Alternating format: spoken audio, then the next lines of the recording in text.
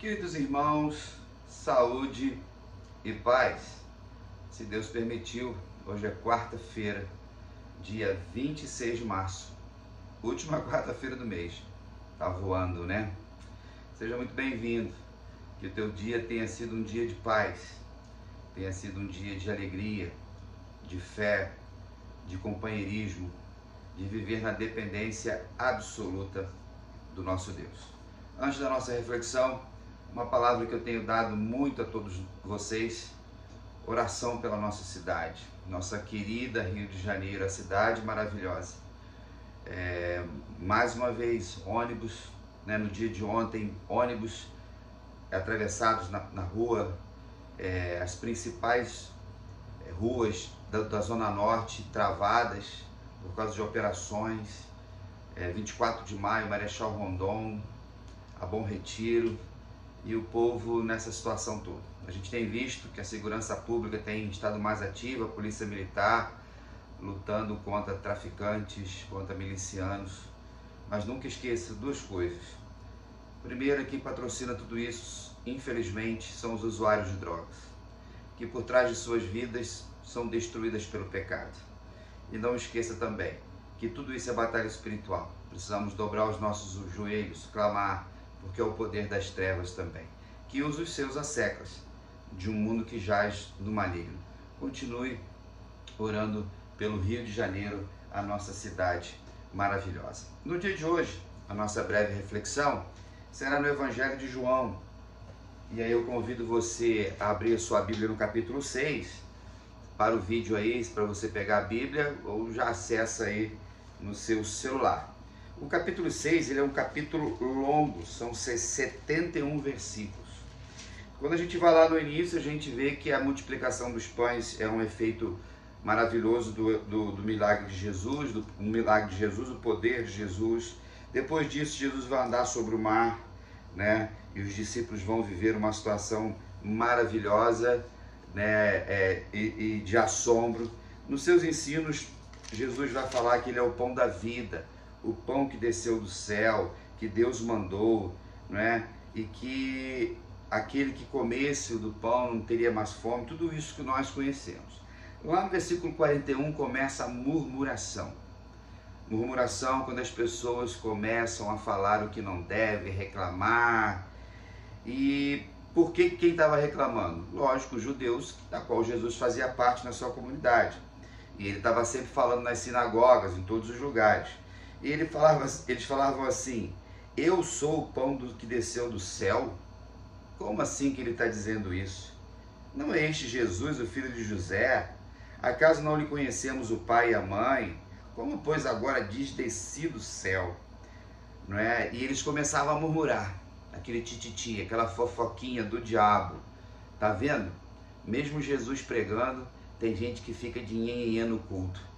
Né? No tempo de Jesus, não acreditava no próprio Cristo. A gente prega, tem gente na igreja que não crê. Nem sei o que faz na igreja muitas vezes. Então ele está dizendo aqui no versículo 48, eu sou o pão da vida.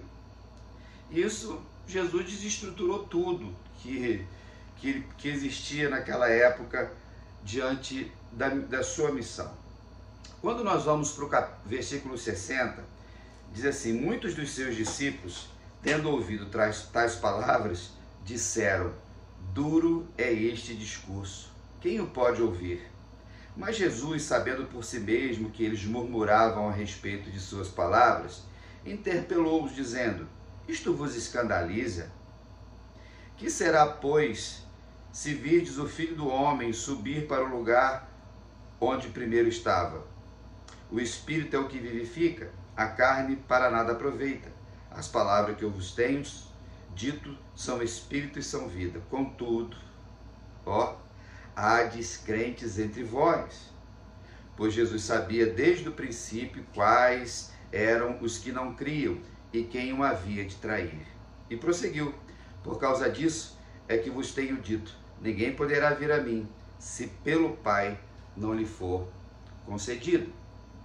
Então nós vamos ver aqui que diante daquilo que Jesus estava falando com a multidão, os que o acompanhavam, Jesus aproveita o milagre do pão porque muitas pessoas buscavam Jesus para quê? Para uma forma utilitarista. Ele cura, ele multiplica pão, ele tem poder.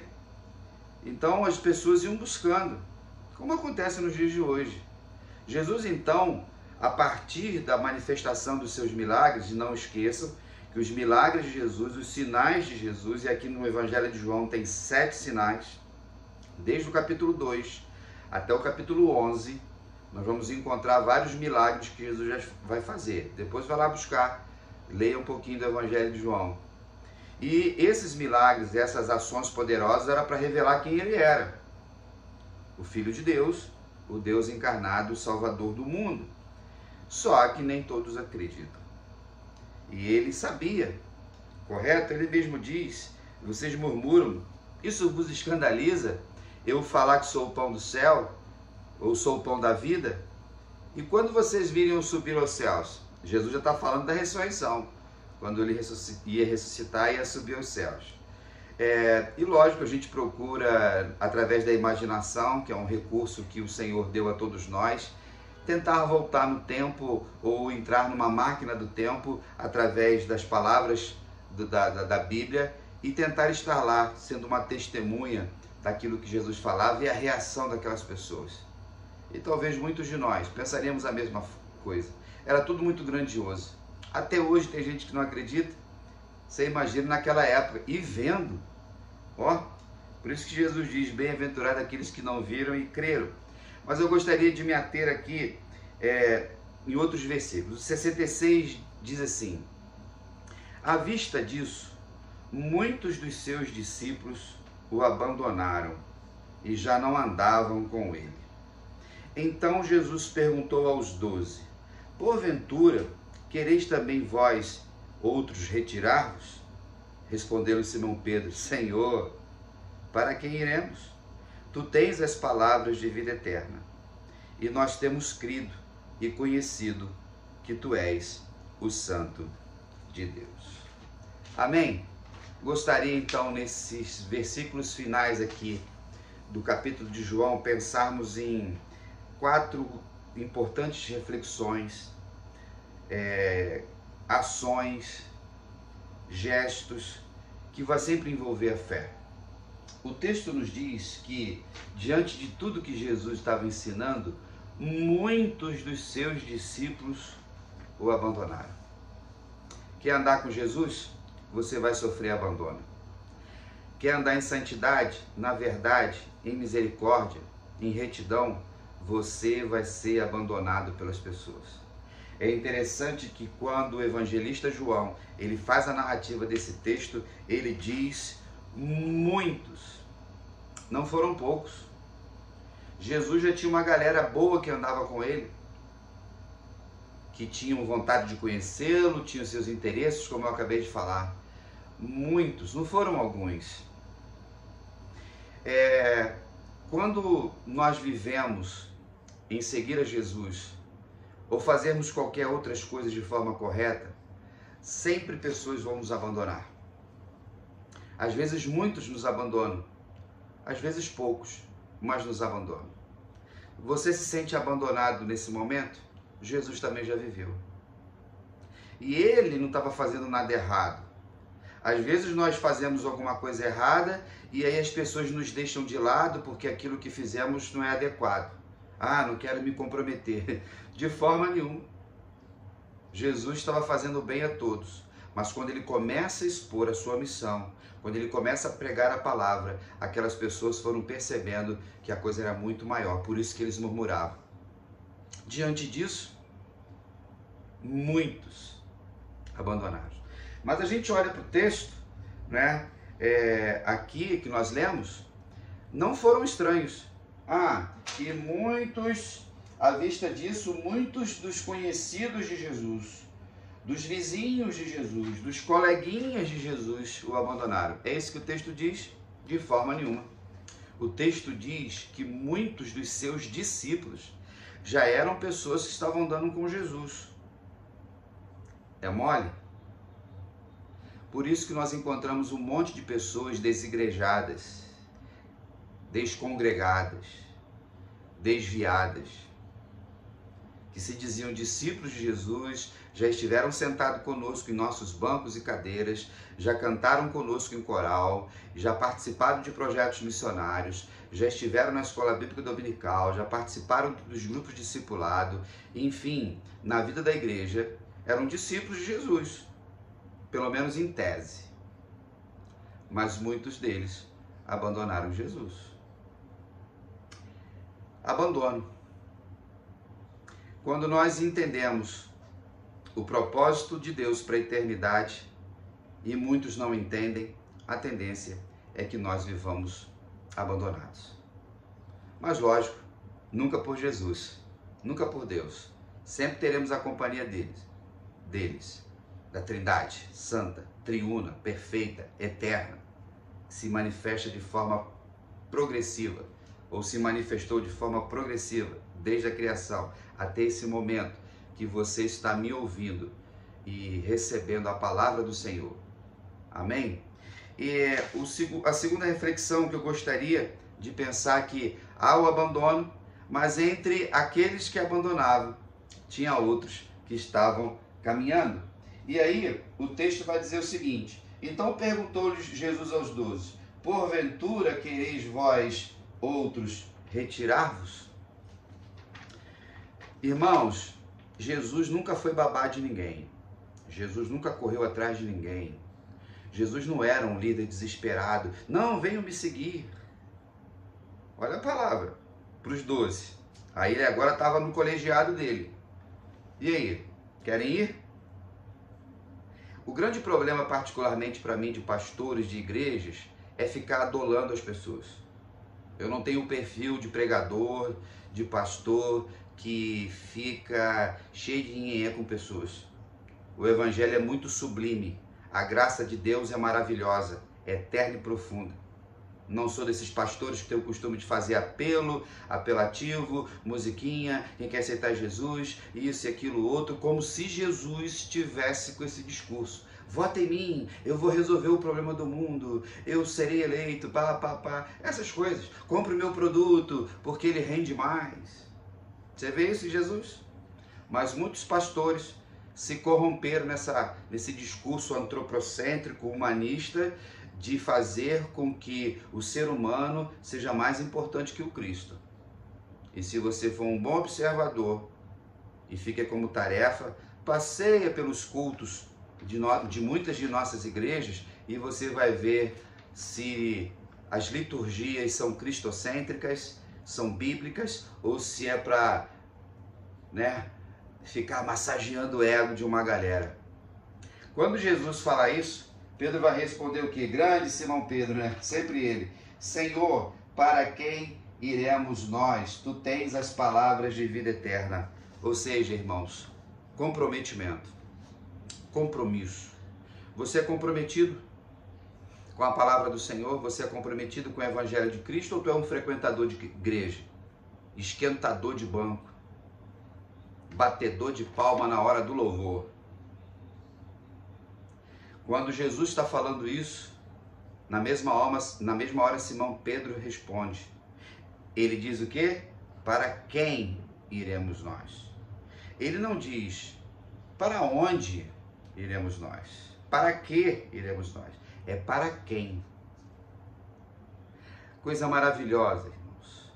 Apesar das falhas de Pedro lá na frente ou qualquer outra, ele sabia quem era Jesus. Você sabe quem é Jesus?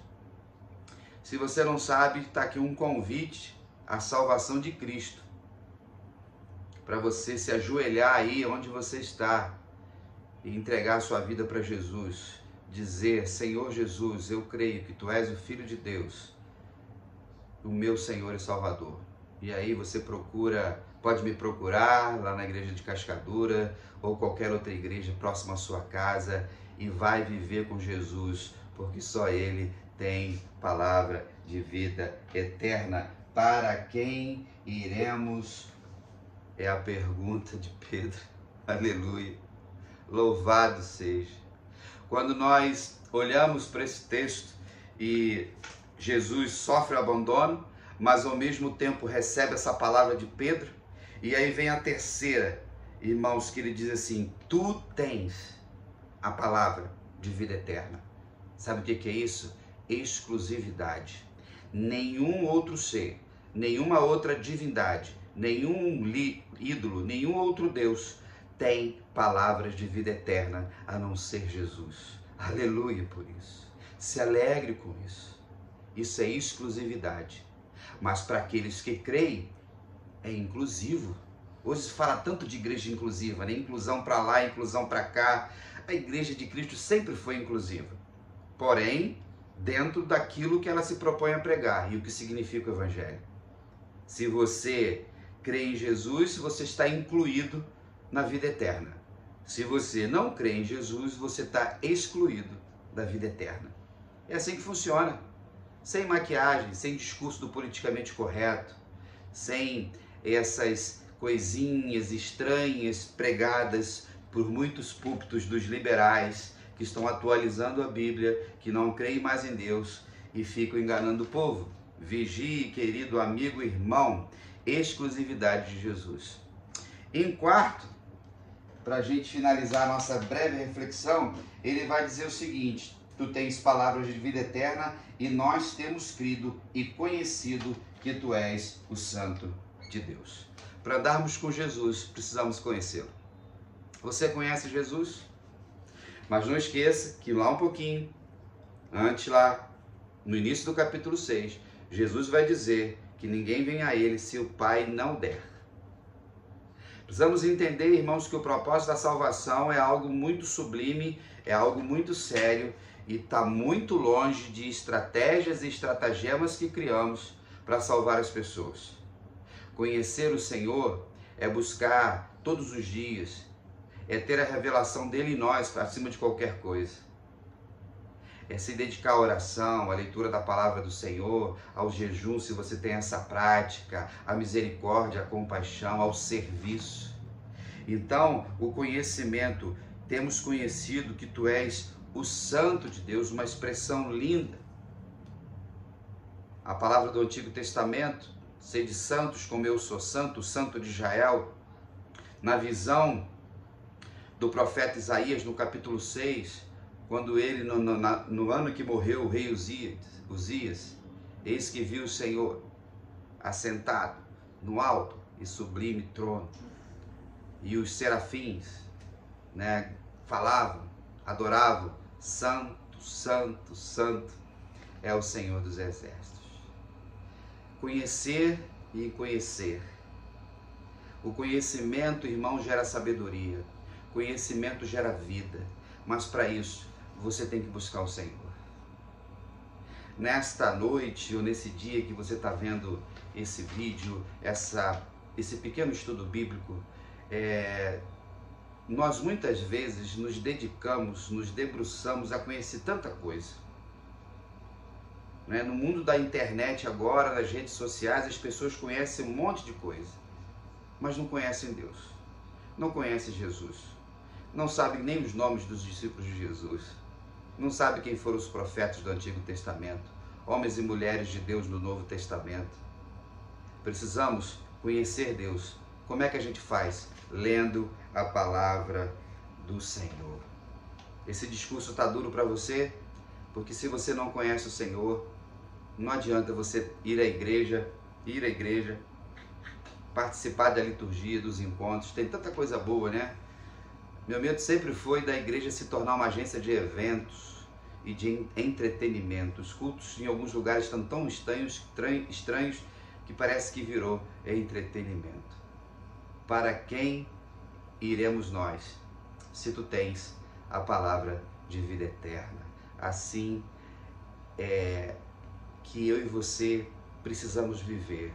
Não existe outro. Não existe nada aqui na terra que possa nos dar a vida eterna, a não ser aquele, o pão do céu, que veio à terra para saciar a nossa sede. E Jesus vai dizer que aquele que comer deste pão nunca mais terá fome. Amém? que eu e você nunca venhamos abandonar Jesus, nunca venhamos abandonar as pessoas que andam com Jesus, que eu e você possamos ser comprometidos com o Evangelho, com a Igreja de Jesus, que eu e você possamos viver na exclusividade do reino, em vida de santidade, em vida de coerência com o ensino bíblico e também no conhecimento do nosso Deus. Amém, queridos? Que coisa boa! Atualizando aqui, domingo que vem nós vamos ter almoço na igreja. Não almoce, R$20. A molecada vai fazer, os nossos adolescentes, correto? Também vai ter um lava-jato missionário. Leve o seu carro para lavar, o dinheiro vai para missões. Estamos em campanha de missões. Aqui, ó, mundial. Deixa eu ver se eu consigo aqui, ó. O amor do Pai. Vamos completar a missão. EBD às 9 horas. Quem vai dar aula é Rosana, a esposa do pastor. Conhece ela? Gaúcho. Já está viajando lá para a Ilha de Trindade para uma missão lá. Vai ficar 4 meses fora. Rosana vai substituí-lo nas aulas da EBD. E assim, juntos, irmãos, vamos seguindo um dia de cada vez, como sempre eu falo para você, sabendo que o Senhor está conosco em todo o tempo. Um grande abraço, fique na paz e até lá. Tchau!